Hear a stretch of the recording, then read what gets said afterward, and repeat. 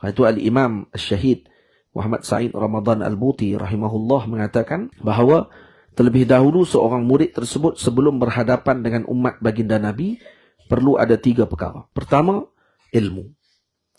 Maka tidak boleh seseorang murid tersebut bercakap sebelum memenuhi kelengkapan ilmu. La tatakallam qabla an tata'allam. Jadi tidak boleh berbicara sebelum kamu mempelajari ilmu.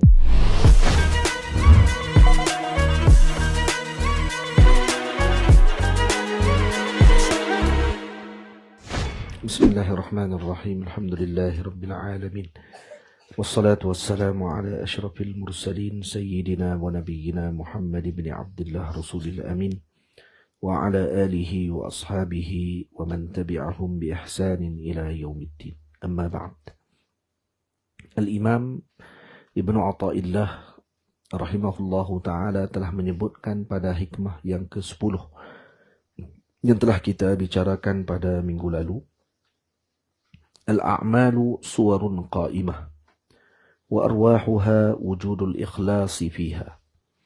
Amalan zahir itu adalah merupakan gambaran jasad lahiriah. Dan ruh bagi amalan adalah wujudnya ikhlas pada amalan tersebut. Bila mana ikhlas ini merupakan ruh kepada segala amalan dan ianya akan direalisasikan dengan bersifat khumul. Khumul iaitu dengan maksud tidak menyukakan kepada kemasyhuran, iaitu dengan bahasa lain menanam diri ke dalam tanah kerendahan. Maka Al-Imam Ibnu Athaillah rahimahullah lalu menyebut hikmahnya yang ke-11. Di dalam hikamnya, idfin wujudaka fi ardil khumul fama nabata mimma lam yudfan la yatimmu natajuhu aw nitajuhu. Boleh dibaca dengan kedua-dua bacaan. Idfin wujudaka fi ardil qumul. Benamkan wujudmu di dalam tanah kerendahan. Fama nabata mimma lam yudfan. Sesuatu yang tumbuh tanpa ditanam. La yatimmu natajuhu aw nitajuhu. Tidak akan sama sekali sempurna hasilnya. Jadi tidak ada sesuatu yang lebih mudarat dan berbahaya kepada murid dan para salikin melebihi daripada keinginan untuk masyhur dan dikenali. Jadi perkara ini merupakan perkara yang paling diinginkan oleh nafsu, yang paling sukar dielak oleh nafsu. Itu sebahagian para hukama menyebut al-khumulu ni'matun wan nafsu ta'bahu. Kerendahan itu atau serta tidak mahu dikenali adalah merupakan nikmat. Namun ianya dibenci oleh nafsu. Wadh-dhuhuru niqmatun wan nafsu tahwahu. Manakala dikenali pula adalah merupakan azab. Namun nafsu menyukainya. Al-Imam Ibnu Athaillah rahimahullah memberikan tamsilan yang indah tentang keperluan seorang murid tersebut melazimi kerendahan hati dengan menyebutkan persamaan antara pembinaan insan dan tumbuhan. Dan kalau dilihat, Al-Imam menggunakan beberapa kalimah di dalam matan ini dengan apa yang ada di alam tumbuhan. Idfin, ard, qumul, nabata, lam yudfan, la yatimmu natajuhu. Itu semua adalah bahasa-bahasa yang digunakan untuk tumbuhan. Maksudnya ada bizr ataupun ada benih yang ditanam di dalam tanah dan kemudian tumbuh. Itu adalah bentuk tumbuhan. Jadi seperti mana alam tumbuhan memerlukan kepada penanaman biji benih dalam tanah kegelapan yang sempurna. Karena kalau tak biji benih dilemparkan di atas tanah macam itu saja, maka tumbuhan itu tidak akan tumbuh dengan lengkap dan bagus. Hasilnya tidak akan seperti orang yang menanamnya, menuainya dan diletakkan dengan baja dan seumpamanya. Jadi tumbuhan yang ditanam di dalam tanah kegelapan yang sempurna serta dibajai serta disirami dengan air secukupnya sebelum ia tumbuh mekar, menghadapi matahari serta menjadi santapan mata orang yang melihatnya. Begitu jugalah para salikin Ini orang-orang yang menuju Allah Subhanahu wa taala itu perlu membenamkan wujud dirinya di dalam tanah kerendahan terlebih dahulu. Dan kehambaan. Dan disirami serta dibajai jiwanya dengan ilmu dan pembersihan serta dibentuk nafsunya agar tidak merajainya sebelum dia keluar bertemu dengan umat baginda Nabi Muhammad sallallahu alaihi wasallam. Jadi karena itu, kalau elemen pembinaan ini tidak mencukupi, seperti ditanam, dibajai, maka tumbuhan itu ataupun kita bahasakan dengan da'i, pendakwah yang keluar pada ketika tersebut akan pincang ilmunya. Kosong amalnya, maka dia akan jadi hamba kepada nafsunya. Dan umat ini, kepada golongan begini, yang tidak tumbuh dengan matang, umat akan menjadi bahan pemuas serta pelengkap nafsunya sahaja. Ini yang bahaya. Karena itu Al-Imam Al-Syahid Muhammad Said Ramadan Al-Buti rahimahullah mengatakan bahawa terlebih dahulu seorang murid tersebut sebelum berhadapan dengan umat baginda Nabi perlu ada 3 perkara. Pertama, ilmu. Maka tidak boleh seseorang murid tersebut bercakap sebelum memenuhi kelengkapan ilmu. Tamam? La tatakallam qabla an tata'allam. Jadi tidak boleh berbicara sebelum kamu mempelajari ilmu. Yang kedua, tazkiyatun nafs, pembersihan jiwa. Yaitu membersihkan jiwa daripada segala kotoran nafsu, ammarah bisu, yang sering menyeru kepada kerosakan dan kehancuran. Dan ini adalah merupakan kewajipan murid.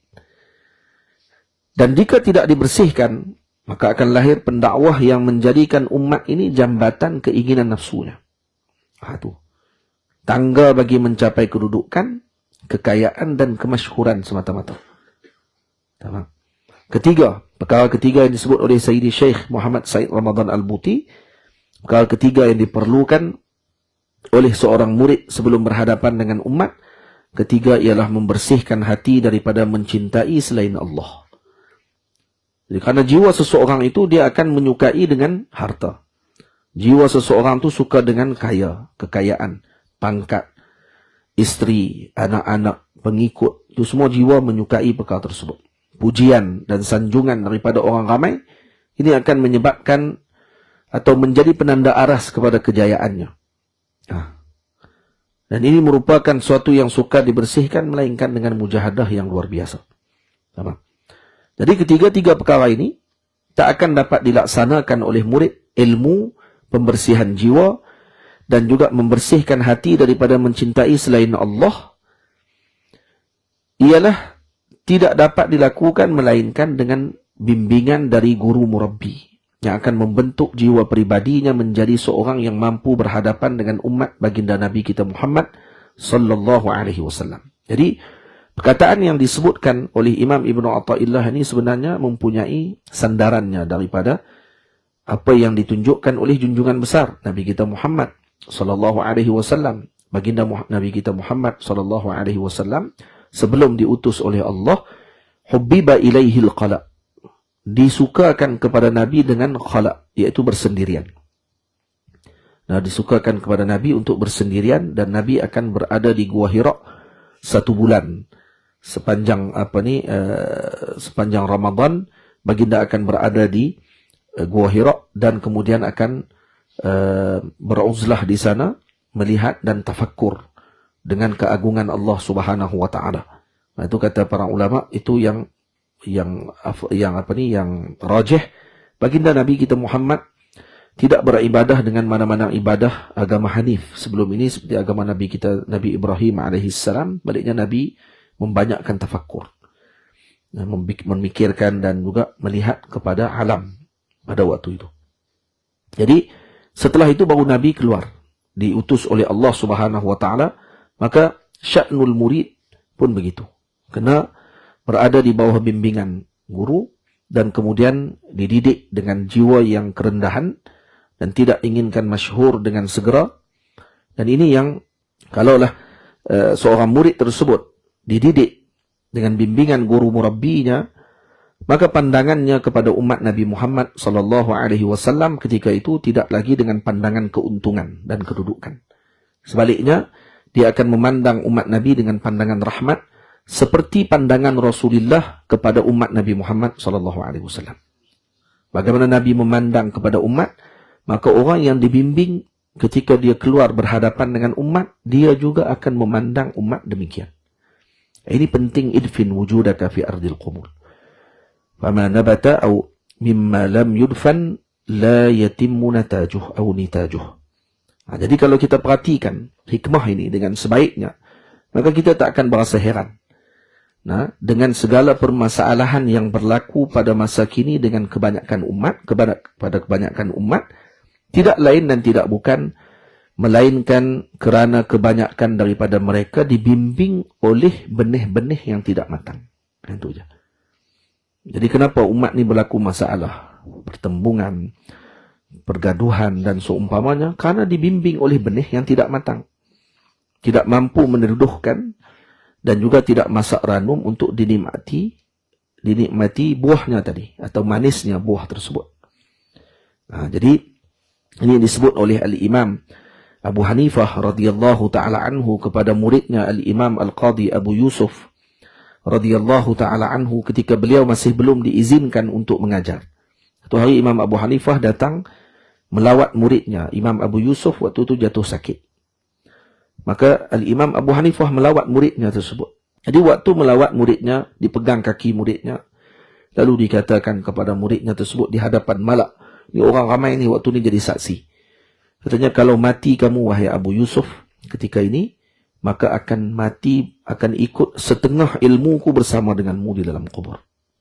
Itu dia. Maksudnya setengah ilmu Imam Abu Hanifah di Imam Abu Hanifah mengakui perkara tersebut. Setengah ilmuku akan mengikuti masuk ke dalam kubur. Setelah itu Imam Abu Yusuf sihat. Maka orang ramai mengulang ucapan tadi. Kata, rupanya kamu dah ada ilmu, Masya Allah, Tabarakallah. Ilmu, setengah ilmu Imam Abu Hanifah. Lalu kemudian beliau pun diminta untuk mengajar. Dan dia pun buatlah pengajian kelah. Bila buat pengajian, Al-Imam Abu Hanifah melihat anak muda sedang mengajar dan dia kelilingi oleh para murid pada ketika tersebut. Lalu Imam Abu Hanifah tanya, tu siapa tu? Maka dikatakan bahawa itu Imam Abu Yusuf, yakni murid beliau. Dia takut, Abu Yusuf mengajar. Maksudnya tak ada izin lagi sebenarnya. Tidak ada izin daripada beliau. Lalu terus Al-Imam Abu Hanifah mengutus seorang muridnya yang lagi, satu orang lagi yang dalam majlis beliau, untuk tanya satu soalan. Dan soalan tadi ditanya, kalau dijawab ya, betul, maka tak betul. Kalau jawab tak betul pun tak betul. Dia kena tafsil. Maksudnya kena jawab dengan terperinci. Lalu dia hadir ke majlis Imam Abu Yusuf, lalu ditanya soalan. Soalan tadi bila ditanya, Imam Abu Yusuf berfikir, kemudian dia jawab, boleh. Dia kata, tak betul. Dia fikir alik, oh ya, tak boleh. Oh, tak betul juga. Dia kata, habis jawapan dia apa dia? Maka ditafsirkan jawapan dia. Tak, saya tahu, ini bukan soalannya kamu. Ini soalan guru saya, Al-Imam Abu Hanifah. Terus dia pergi menghadap gurunya. Dan apa kata Imam Abu Hanifah? Zabbabta wa anta hisrim. Atau dalam riwayat lain, tazabbabta qabla an tuhasram. Kamu telah menjadi anggur masak zabib. Maksudnya kamu telah menjadi kismis sebelum kamu masak ranum. Kamu putih lagi. Maksudnya bahasanya begitu. Lalu beliau dikatakan meninggalkan majlis tersebut. Lalu berterusan mempelajari ilmu dengan Imam Abu Hanifah beberapa puluhan tahun lagi selepas itu. Yang barulah mewarisi ilmunya Imam Abu Hanifah. Bukan sekadar mewarisi, malah beliau menjadi mujtahid mutlak setelah itu. Berapa ramai anak muda yang ketika guru menegur, dan dia kata, tu bukan guru saya. Dia akan kata itu. Kalau ada ulama mana tegur, dia akan kata, bukan guru saya pun. Ataupun dia akan templak pula dan kemudian dia akan mula meninggi diri pada ketika tersebut. Kadang-kadang hadir bertemu dengan para guru hanya semata-mata inginkan masyhur. Ingin menyandarkan nama kepada para guru sahaja semata-mata, bukan untuk mendapatkan manfaat. Tamam. Dan itu yang menyebabkan berlakunya masalah yang pelbagai. Karena banyaknya benih-benih yang tidak matang ini bertebaran dalam masyarakat, yang mereka hanyalah pokok-pokok kecil yang tidak mampu menduhkan dan tidak mengeluarkan lagi buah. Tapi merasakan bahawa mereka telah mampu meneduhkan umat pada ketika tersebut. Ini yang jadi masalahnya. Tamam? Dan ini juga terdapat riwayat yang lain dikatakan bahawa masal itu ay zababta wa anta hisrim, itu disebutkan oleh sebahagian ulama, dikatakan bahawa ia disebut oleh Al-Imam Abu Ali Al-Farisi radhiyallahu taala anhu kepada salah seorang muridnya, iaitu Al-Imam Al-Syeikh Abul Fath Utsman ibn Jinni Al-Mausili. Al-Imam Ibn Jinni ini ulama besar dalam ilmu lughah. Satu hari Al-Imam Abu Ali Al-Farisi melihat Abul Fath Utsman bin Jinni sedang mengajar ilmu waktu masih muda. Dia mengajar ilmu nahwu. Kemudian Abu Ali Al-Farisi tengok ni muda lagi ni, tak apalah. Lalu diujinya beliau dengan ilmu tasrif, ilmu saraf. Tak boleh jawab. Al-Imam Ibn Jinni tidak boleh jawab waktu tu. Maka bila gagal dijawab, lalu maka Imam Abu Ali Al-Farisi mengatakan, Zabbabta wa anta hisrim. Kamu dah jadi kismis sebelum kamu masak ranum. Kamu putih lagi. Mengaji dulu. Sebut macam tu. Apa yang berlaku? Tersedar kesilapan tersebut. Al-Imam Ibn Jinni mempelajari, kemudian meninggalkan majlisnya, mengikuti Al-Imam Abu Ali Al-Farisi selama 40 tahun. 40 tahun mengaji. Sehingga akhirnya beliau menggantikan kerusi guru beliau mengajar, dan beliau antara ulama besar lughah dalam dunia Islam yang tidak ada bandingannya. Al-Imam Abul Fath Utsman ibn Jinni Al-Mausili radhiyallahu anhu, Al-Iraqi, orang Iraq. Ini cerita para ulama terdahulu yang mereka bersifat rendah hati terlebih dahulu. Itu ada orang yang inginkan kebenaran. Kalau dia inginkan kebenaran, maka dia akan bersifat rendah hati. Karena itu perkataan idfin wujudaka fi ardil qumul fama nabata mimma lam yudfan la yatimmu natajuhu aw nitajuh, ini adalah sesuatu yang sangat sesuai pada zaman ini. Perlu ditulis di dinding-dinding rumah. Untuk anak-anak muda yang terlalu segera untuk berbicara dan seumpamanya. Tamam?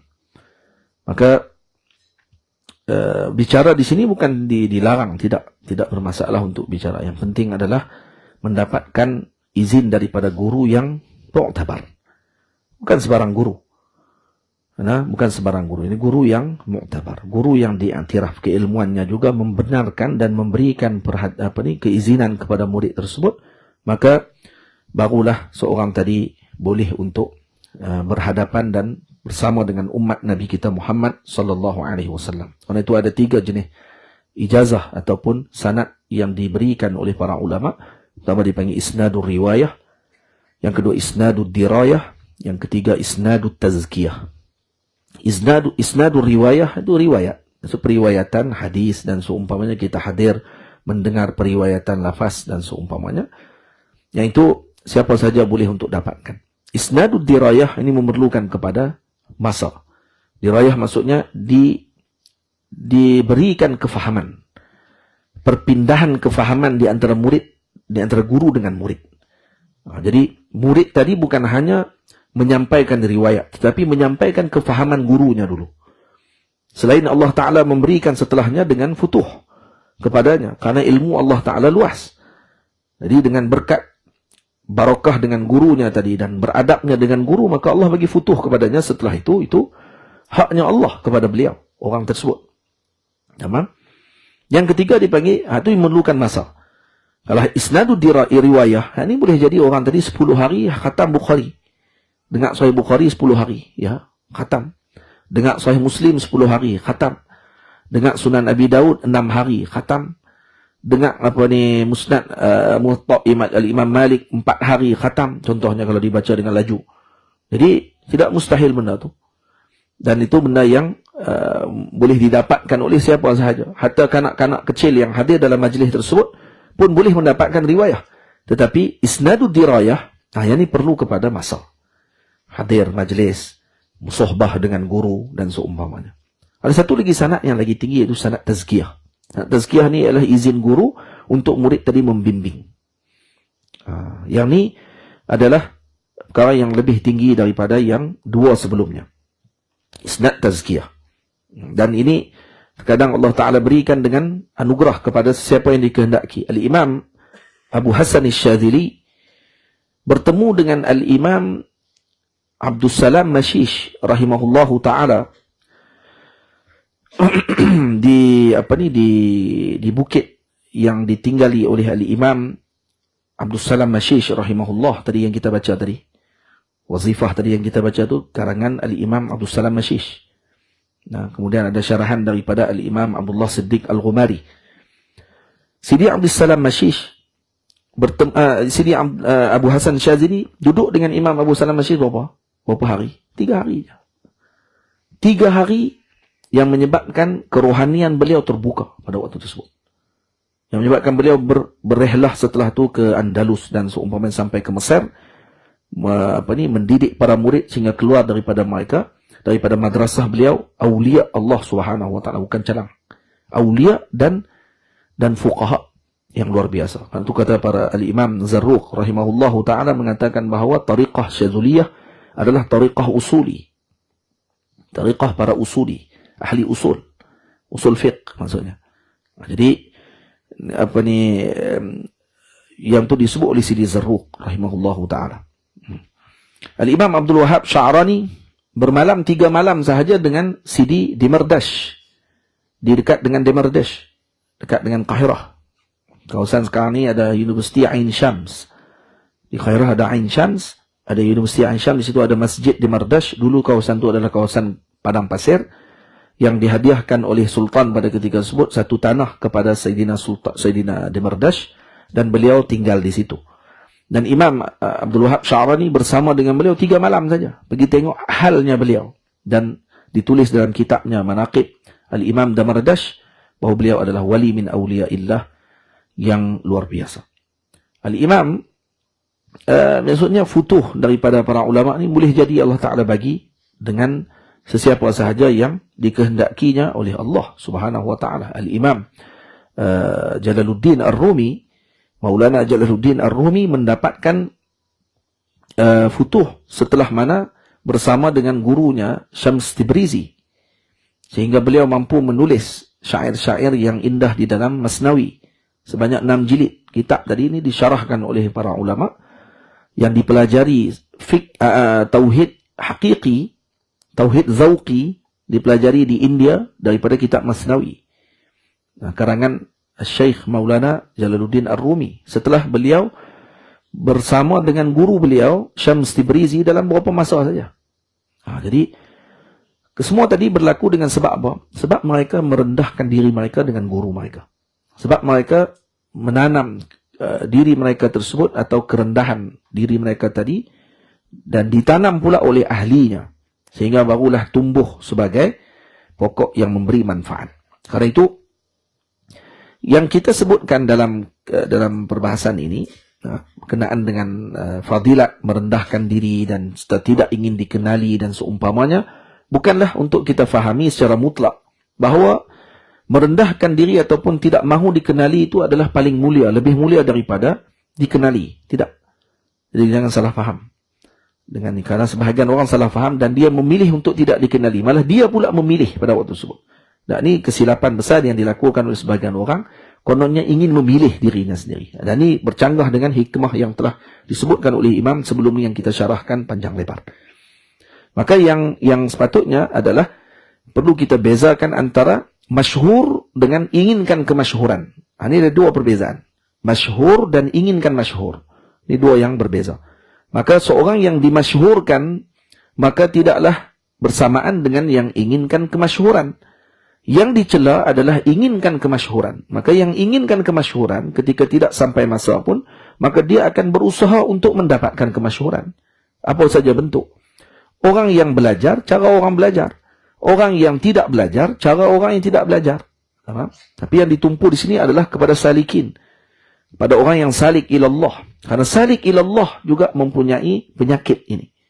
Penyakit apa? Penyakit masyhur. Dan ada orang yang ingin masyhur tapi dengan tidak masyhur. Itu dia. Faham tak ni? Dia ingin masyhur tapi dengan cara tidak masyhur. Saya tidak mau terkenal. Padahal dia ingin dikenali pada waktu tersebut. Tak perlu sebut kamu tidak ingin dikenali. Karena itu para ulama arif billah yang disebut ini kata masyhur ataupun khumul. Qumul ini lebih selamat kepada yang mubtadi, orang yang pemula dalam perjalanan. Nah, dan bukan pilihannya sebenarnya. Manakala arif billah dan juga ahli tamkin, maka tidak ada perbezaan di antara mereka yang masyhur ataupun qumul. Sama saja bagi dia. Karena itu Al-Imam Al-Buzaidi rahimahullah, syekh kepada Al-Imam Ibnu Ajibah, yaitu Sayyidi Muhammad bin Ahmad Al-Buzaidi Al-Hasani, beliau mengatakan, tariquna minha al-qumul fi zuhur wal-zuhur fil qumul. Jalan kami ini adalah merendah di dalam kezahiran dan zahir di dalam kerendahan. Jalan kami adalah apa? Merendah di dalam kezahiran, maksudnya tidak dikenali ketika mana dikenali, dan dikenali ketika tidak dikenali. Macam mana tu? Maksudnya sama sahaja kami ini, tidak ada beza pun antara kenal tidak kenal, itu bukan urusan kami. Kami menyerahkan seluruhnya kepada Allah. Bukan kita yang menyusun. Orang yang berlaku kesilapan ini ketika dia yang menyusun, dia terkenal ke tidak terkenal. Lebih buruk lagi salik, ataupun lebih buruk lagi mubtadi, dia pula yang duk tentu. Guru ni adalah guru yang mastur, dan ini yang patut kita ambil. Guru ni masyhur, ini tidak perlu kita ambil kerana dia hanya masyhur sahaja, tidak mastur. Dia pula pandai-pandai. Tamam? Itu pun termasuk nafsu sebenarnya. Nafsu yang tersembunyi. Nafsu yang ada pada jiwa orang yang inginkan kebaikan. Waktu nafsu ni sangat menipu. Nafsu ni sangat bahaya dengan perkara yang dengan apa ni, untuk sampai kepada Allah Ta'ala, dia akan tazyin ataupun memperindahkan perkara yang buruk menjadi indah, yang indah menjadi buruk. Ini nafsu. Maka kerana itu, yang paling utama adalah menyerahkan kepada Allah Subhanahu wa Ta'ala.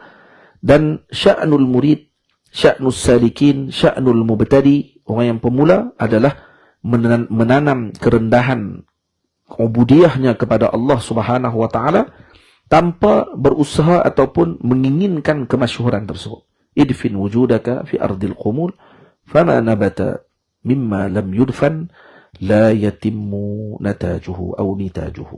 InsyaAllah kita akan sambung perbahasan yang seterusnya setelah ini. Dan ada banyak kisah-kisah para ulama yang diceritakan oleh para salihin di dalam kitab-kitab mereka.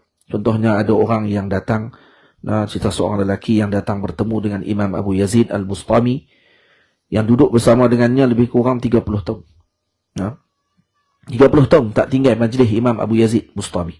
Satu hari, dia kata kepada Imam, "Ya Ustazi, ana munzu 30 sanah asumun nahar wa aqumul lail. Waqad taraktu syahwat." Dia kata, saya puasa siang hari 30 tahun. 30 tahun puasa. Nanti puasa dahar. Dan bangun malam 30 tahun. Dan saya meninggalkan syahwat. Walastu ajidu fi qalbi syai'an min hadha alladhi tadhkurul battata. Wa ana uminu bi kulli ma taquluhu wa usaddiqu. Dia kata. Maka dia kata, lastu ajidu fi qalbi syai'an min hadha alladhi tadhakkara al-battata. Maksud yang kamu sebut kat saya cerita-cerita, tadhakkar. Yang kamu sebutkan kepada saya tentang nikmat ataupun asrar dan seumpamanya, saya tidak dapati langsung, dia kata. Tapi saya beriman dengan apa saja yang kamu sebut, wahai guru. Maka apa kata Imam Abu Yazid? Dia kata, "Lau sallaita 300 sanah. Lau sallaita 300 sanah. Wa anta ala ma araka alaihi la tajid minhu dharratan." Kalau kamu semayang 300 tahun pun, dia kata, kamu tidak akan mendapatkan apa yang saya sebutkan tadi, walau satu zarrah. Qala falima ya ustaz. Dia kata, kenapa wahai guru? Kenapa saya tak akan dapat? Kata Imam Abu Yazid, dia annaka mahjubun bi nafsi. Karena kamu terhijab dengan dirimu sendiri. Kamu terhijab dengan dirimu sendiri. Dia kata, 30 tahun semayang, 30 tahun semayang malam, puasa semua kali ini, takkan terhijab lagi ni. Qala afali hadha dawa'un hatta yankashifu hadzal hijab. Anak murid ditanya, dia kata, ada ubat untuk saya terbuka hijab ni? Qala na'am. Kata Imam Abu Yazid, na'am. Walakinnaka la taqbal wa la ta'mal. Tapi kamu tak akan buat. Dan kamu tak akan terima apa yang saya sebut ni. Ini masalah paling utama bagi murid adalah menerima. Dan dia akan terima benda yang dia suka. Benda yang dia tak suka, dia akan protes. Tapi dalam hujung tadi. Dia kata, la taqbal wa la ta'mal. Qala bal aqbal wa a'mal. Bahkan saya akan buat, saya akan terima. Ma taqul, apa yang kamu sebut. Qala lahu Abu Yazid, Imam Abu Yazid kata apa? Izhab as-sa'ata ila al-hajjam. Kamu pergi kepada tukang bekam. Orang dulu tukang bekam jugalah adalah orang yang cukok. Zaman dulu macam tu. Dia tukang bekam, dia tukang bedah. Lepas tu, kedai gunting rambut. Dia ada lambang apa? Dia ada lampu warna biru merah tu kan. Dia buat baru biru merah pusing-pusing tu. Tu adalah lambang dulu, zaman dulu. Tiang depan kedai-kedai gunting rambut, zaman dulu, tukang cukok, dia akan letak dengan bandage yang telah digunakan untuk bedah orang. Dia buat pembedahan kecil dia panggil. Kalau pembedahan kecil dulu ni, digunakan bandage tu. Jadi darah tu akan dibalut di tiang. Bandage yang telah digunakan yang dibalut darah, dia akan balut di tiang dan kemudian yang ada letak dengan iodin ataupun dengan ubat, dia akan balut pula. Jadi dia nampak ada biru merah. Maka dikekalkan sampailah. Faham? Itu sejarah dia. Pernah tahu sejarah tu? Tahu. Kan saja buat lampu tu, nampak kata tu jadi ni, tak, tu dah sejarah dia. Sejarah dia kenapa dilekalkan benda tu sampai sekarang. Jadi, halak zaman dulu, tukang cukok, kadang dia juga hajjam, tukang bekam. Kadang dia juga tukang bedah. Bedah kecil lah, kena tembak ke, pit peluru kecil-kecil tu. Dia tukang bedah macam di cowboy tu. Kan? Jadi, kata Syekh Abu Yazid, dia kata, wahliq ra'saka. Ni, cukok rambut kamu, walihyataka. Dan janggut kamu pun cukok. Kemudian, wanzi' hadzal libasa. Dan buang baju kamu sekarang ni. Kamu pakai baju sekarang ni, baju sufi apa semua ni, buang baju ni. Wattazir bi'aba'ah. Dan kemudian pakai dengan aba'ah, kain yang balut macam jubah besar, balut saja badan tu. Wa'alliq fi 'unuqika miqlah. Miqlah ni apa dia? Dia macam bekah. Satu bekah. Wamla'ha juzan. Penuhkan dia dengan kacang. Kacang jus, kacang almond. Penuhkan dalam bekah tu, kamu gantung kat tengkok kamu. Penuhkan dengan kacang. Wajma' haulaka sibyana. Panggil budak-budak mai. Kemudian kata kat budak-budak, qul bi'a'la sautik ya sibyan man yasfa'uni saf'atan a'tihi juzah. Wahai budak-budak, siapa boleh sepak aku sekali, saya bagi 1 biji kacang. Sepak sekali bagi kacang 1. 2 kali sepak 2 kacang. Mai sepak. So buat itu. Kemudian buat apa? Wadkhul suqak alladhi tu'azzam fihi wa anta ala hadhihi alhalah. Masuk ke dalam ke dalam pasar yang kamu dimuliakan di tempat tersebut. Sekarang kamu dimuliakan 30 tahun mengaji dengan aku. Pergi ke pasar yang orang kenal kamu kalau kamu lalu di situ. Masuk di situ dan kemudian buat apa? Kamu buat anta ala hadhihi alhalah dengan keadaan macam tu hatta yanzura ilaika kullu man 'arafak. Sampai orang semua tengok kamu dan orang yang kenal kamu dulu tahu, ni bukan yang kami kenal tu kah? Sampai semua orang kenal kamu. Maka kata beliau, ya Aba Yazid, tadi ustaz, ni tak ada arah. Ya Aba Yazid, subhanallah. Ayuqalu limisli hadha wa tahsabu anni af'aluh? Dia kata subhanallah. Adakah kamu nak suruh saya buat macam tu? Kamu nak kata saya buat macam tu? Maka kata Imam Abu Yazid, faqala lahu qawluka subhanallah syirik. Kamu sebut tadi subhanallah tu syirik dah. Syirik sebab apa pula? Dia kata, kaifa? Dia kata, li'annaka 'azzamta nafsaka fasabbahtaha. Kamu mentakzimkan diri kamu sebenarnya.